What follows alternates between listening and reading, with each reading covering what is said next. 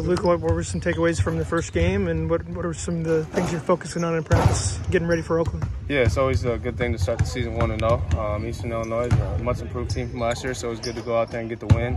One thing that we're really focusing on is limiting the offensive rebounds. That's really how they scored in the first half, and Oakland does a good job at it. They got some wings and some bigs that really rebound the ball well, so we got to be ready for that, and we've been practicing that all week.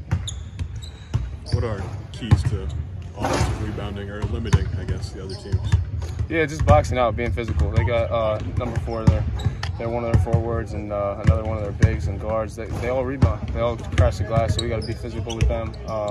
Box out, physical box outs, and we'll get the ball. It's a team that shoots a lot of threes. How do you guys approach that as far as limiting them and make sure they don't get going early? Yeah, we've got a game plan set in place.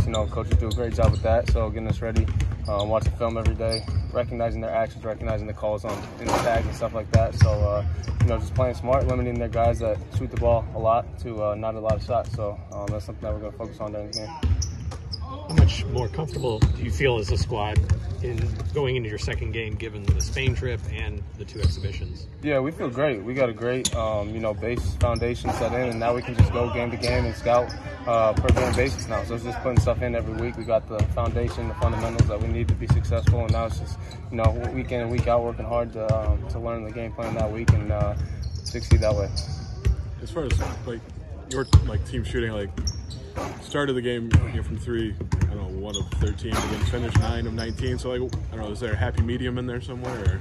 Yeah, the first half we just weren't getting as good of shots. The second half, guys came in and stepped up and hit shots. Drayden came in and went 2 for 3, I think, in the second half, something like that. And we had guys hit shots that normally hit shots. Terrence started hitting the shots. Marcus got going really good in the second half, and all these guys have confidence. So we're not worried about that. We're not really worried about the shooting. It's we just got to make them now. So.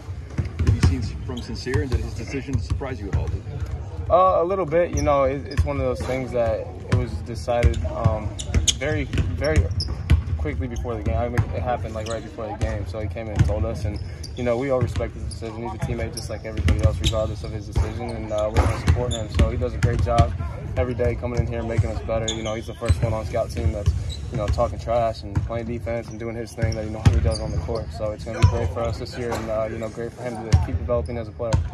You mentioned the things that he does. Especially the defense, the energy. How much does everyone else have to pick up their game a little bit in that regard? Yeah, for sure. Defense is something that Illinois basketball is built upon. Coach Brett's built upon. So having the defensive intensity that he brings, it's contagious in practice. He's going to smack the floor and talk trash in practice, and that makes the the guys that are playing get in there and do the same thing. So that energy is contagious, and it's going to carry over from teammate to teammate.